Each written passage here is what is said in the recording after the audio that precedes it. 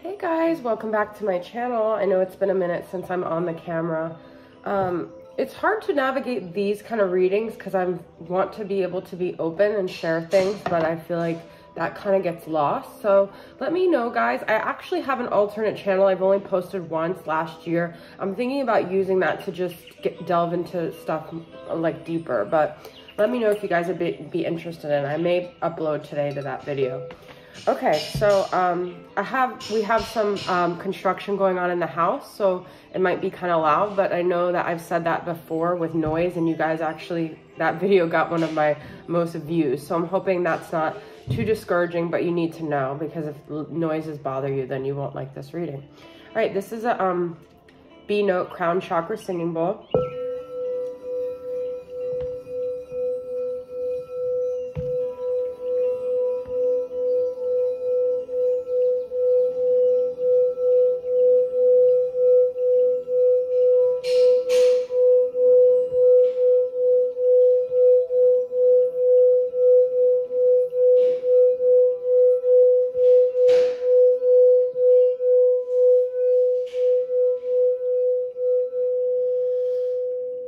Okay, a lot of you have commented on this. I got it from Cosmic Access on Etsy.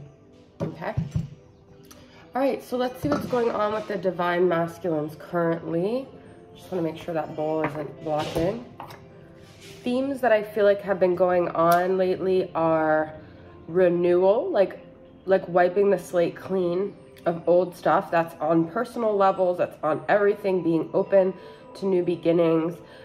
Dealing with abandonment and loss and grief. You know, I talked about that in my last reading. Assertiveness and boundaries, I always talk about. I feel like that's been a really important thing for the feminine on her solo journey. Okay, so let's see what's going on with the masculine and the journey here. I'm using the Tarot of Sexual Magic. I just love the images here. They are sexual, but they also tell a very detailed story. So let's see what's going on with the masculine.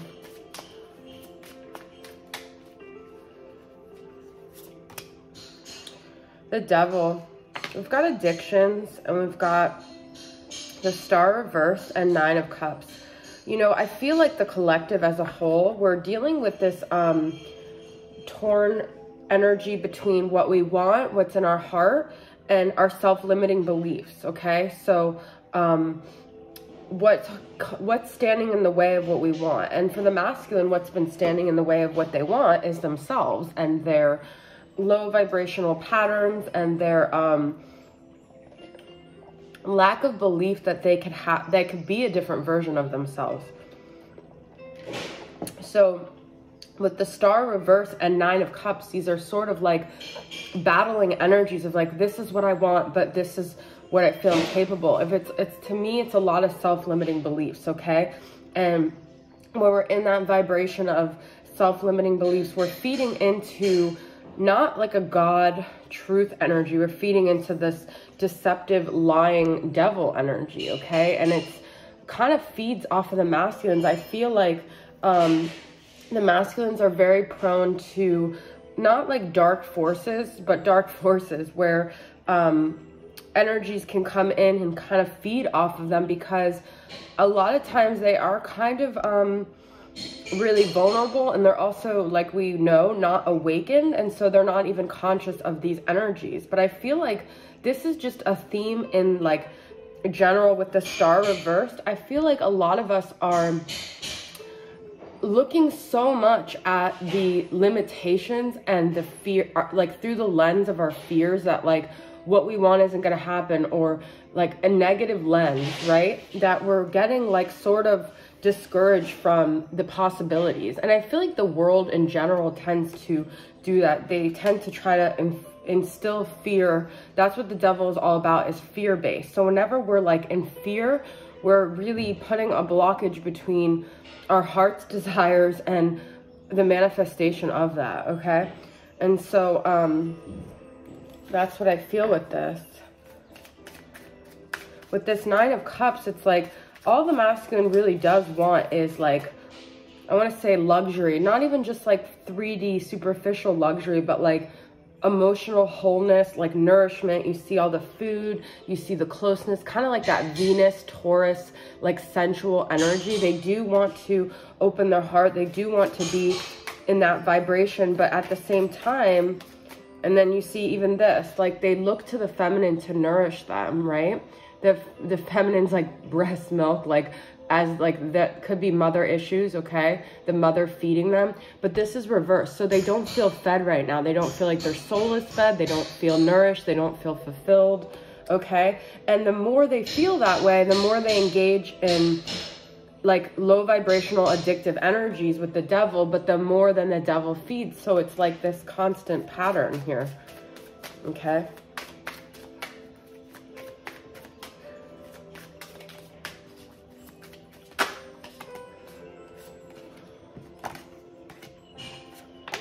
Okay, so we've got King of Swords, Gemini, Libra, Aquarius energy. We've got Knight of Wands, which you guys know I always get. There's that passion, that desire, that like unbridled like energy. And then we've got Five of Wands reverse.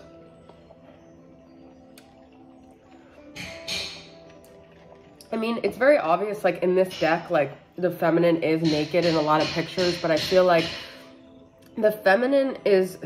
When I'm seeing the feminine naked in all of this, I feel like the feminine has bared her soul. She has walked through the fire. She has let it all be seen. That's what the star is all about too, vulnerability. And with the reverse, it's like the masculine has kept this barrier up and the feminine has had to work so hard to get the masculine to bear, like you see, look, he's like clothed and she's just naked, and then you have the person on the outside looking in. Like this is the King of Swords, which is like, to me, this one is like sort of a very controlling energy, and then we have like a jealous kind of energy on the side.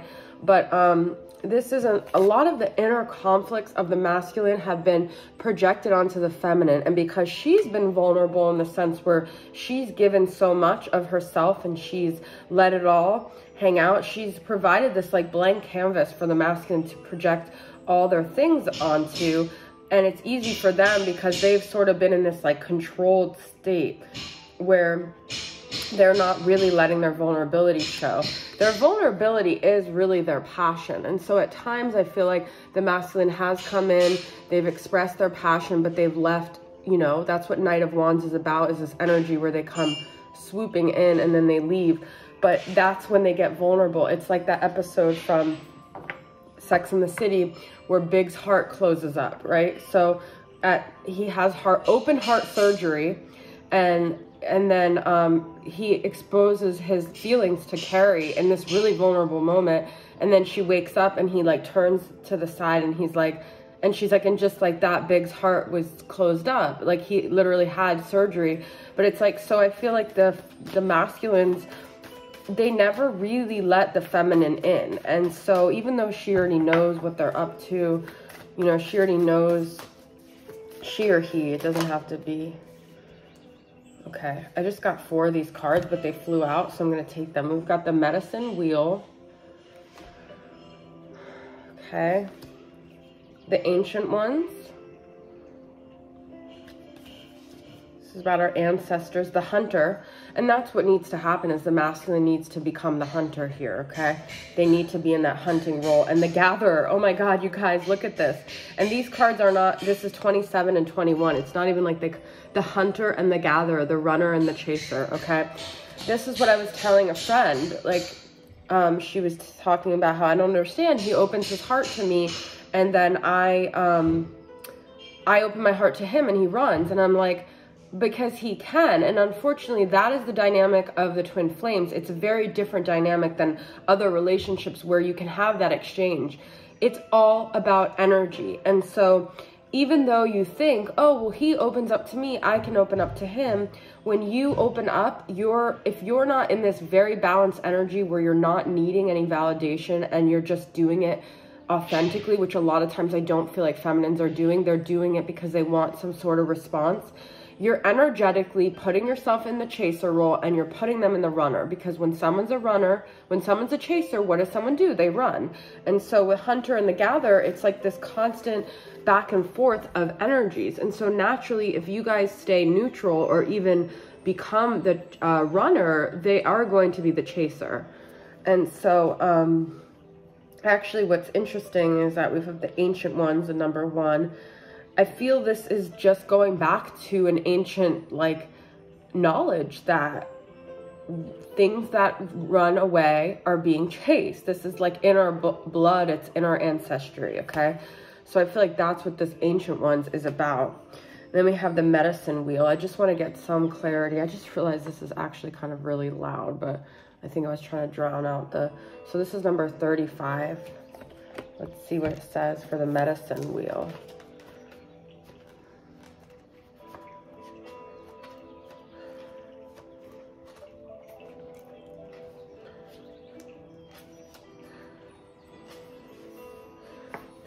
To manifest clear blue skies in your life, it is important that you take a look at certain aspects of your being. Enter the Medicine Wheel from the south and reflect how you are still clinging to events from the past. Continue to the west and notice which relationships are toxic and drain your energy. Step into the north and ask yourself, do I know my passion, and show it. End at the east direction, visualizing how you want to live the next chapter of your life. It is up to you how much time you spend in each direction, minutes, days, or months. But when you are done, make sure to step outside the wheel and contemplate your journey. I freaking love this deck because it's like, it's just amazing, okay? So this is what I was sort of talking about, is we have to, you know, I've been having these dreams of like so many dreams of like childhood friends, and like I've lost a lot of people along the way. I was talking about my last reading. The other night I had a dream about a girl that I had already had a dream about, and she was in my dream again, and I didn't think I was dreaming, and I was like, oh my God, I had a dream about you. And I was so excited to see her. It was like this familiar person who like I didn't lose. I mean, if I wanted to find her, I could probably contact her. There was never a falling out. It was a neutral place of someone who didn't cause me like any pain or abandonment, or nothing came up, and I was like kind of clinging to her because it was a part of myself I'm trying to hang on to, is something from the past. And I feel like that's been really significant. My dreams have been like super significant lately, and I feel like we are going through this huge transformation. And you know what, the world tells you how to be and shames you for everything, but I feel like part of this journey is us really going out of the realms of like 3D concepts. That's what this journey is all about, and we're not going to be doing things that make sense to a lot of other people, and we have to embrace the uncertainty and the instability and the darkness that we're in, because that not knowing is leading us to our ultimate faith and our ultimate surrender. So it's a different journey. Okay, we've got Tree of Souls, Collective Wisdom, Kinship Group, and Library. Oh, I love that. I haven't used this deck in a while. I actually was thinking about when I was doing a meditation the other day, sitting under a tree. I haven't done that in so long, but my mind led me to that visualization, and that I think would be really helpful to get grounded for the collective right now, sitting under a tree. Trees have these wisdom that they can transmute to you. There's a moon and a tree and the water, like, you know, as we become more and more on this journey, we get away from human comfort. Like a lot of my visualizations, I don't want anyone there. I don't want a masculine. I don't want anyone, because it's me and my cosmic connection to the universe and to the moon and to the stars and to the sky. And ultimately, you know, this is a solo journey. It's not about any of that. The Mother awakens, compassion, nurture, guidance. And you guys know I decided when I went to Chicago that I was getting a puppy, and I've been puppy searching for my puppy that I'm getting, which I already put a deposit down. So I am getting one, but it's this desire to nurture something else, to get outside of myself, to awaken the mother within me before I'm actually like a mother to a human being. Okay, so I feel there's this desire, if you are trying to constantly mother your masculine or find ways to be nurturing, obviously an animal is a great way to do that. Most of you probably already have animals already. I've personally never had my own animals. So let's get some. I'm really trying to be careful what I disclose on here, because it's just become really messy with people's anyways, we've got the Empress, okay, which is that motherly energy as well. So the masculine brings us onto this journey where we want to start cultivating all of our gifts and who we are, the Empress, right? And that doesn't have to be, we don't have to be in that role with the masculine. We can find that role in other areas of our life, okay? 7 of Cups, the Empress, and Judgment reversed. And 5 of Cups reversed. We are letting go of grief. So it's like I've been wanting to talk about that because I feel like there's a delicate balance between needing to feel our feelings, needing to really, I'm trying not to get into personal stuff, but so the 5 of Cups reverse is like, yes, we have to feel those feelings, we have to acknowledge it. Sometimes we just become very detached, other times we're like swimming in that emotion. We do have to go through it, we do have to acknowledge it, but then we have to let it go and stop defining ourselves by it, okay? This 5 of Cups reversed.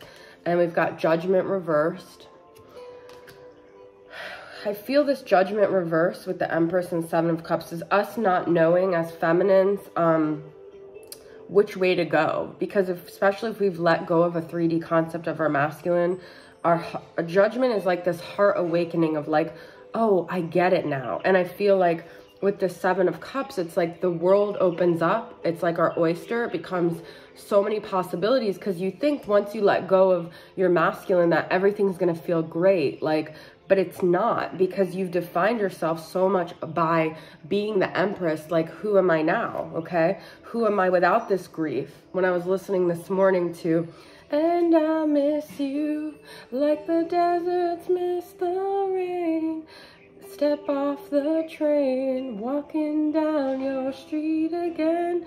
It's not just the masculine we miss that version of ourselves that had something so deep to hold on to that made our hearts sad, but also soar and feel alive. And once we stop that desire and we stop being in that sort of, it's like a love addiction energy, we start feeling like there's so many other things in life, but who are we without that? We have to redefine ourselves. And I think a big thing in this too is that outgrowing people who see you in a certain light that you no longer resonate with. We're constantly transforming, but be careful who you keep yourself around, because those people view you through a lens that you no longer, through like pants that you no longer fit in, okay? So this is going to be the Divine Feminine Aligned from Hannah from my soul tribe. I cannot wait to see my twin. Okay, so this is also like like Abraham Hicks says, be excited in anticipation of what's coming. So that's a beautiful energy, because that can reignite us even when we have nothing 3D to hold on to. It's not about this desperation of clinging. It's about being in this energy of anticipating something beautiful. And maybe your twin isn't who you think it is, but this is knowing what's meant for you is coming for you. Okay, so embrace that energy as if you're about to see your twin, and be in that energy every day, and your vibration will raise. You'll bring that in. It is time for a nature walk to raise your vibration and clear your head. Just what I'm saying. Okay, release fearlessly. Oh, you guys, that is what I'm saying. That is beautiful. That is so what I'm saying. Okay, let's get some for my Divine Feminine. What should you do? And then I think I'll end with a deeper truth. Give it space. Tell him. Those are 2. Write affirmations and meditate. This chapter is not over. Okay? So it doesn't mean clinging on and holding on tight. Tell him, I feel this is just like using our assertiveness to express what we need. It's not necessarily telling your masculine, but it's telling people how you feel, being authentic, showing up authentically in your life. Affirmations, guys. Someone wrote, I don't know how to change this part of me. I have not found anything else in life to work other than affirmations, because it's not just about retraining your subconscious. It's literally high vibrational words that elevate the high frequency like chemicals in your brain, and those empower you and strengthen you and make you stronger and more confident and more clear. Okay, and that's also what happens with meditate. Okay, and then, all right. So we're going to end with a deeper truth.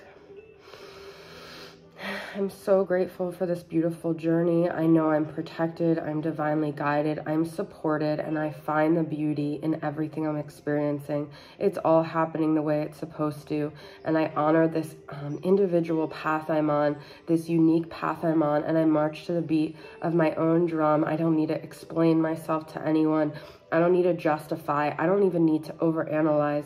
I just need to surrender to this path and know it's all working out. And I am on this divinely guided path. And there is a white light shining down from the heavens, down my brain, my neural pathways, my neck and my shoulders, my chest and my solar plexus. This white light is renewing me and restoring me and guiding me and protecting me and bringing every cell in my brain and body to the highest vibration, giving me clear thoughts, confident decisions, support, and guidance. All right, guys, that's my reading. I hope it resonated with you. Thanks for tuning in, and I'll see you guys next time. Bye.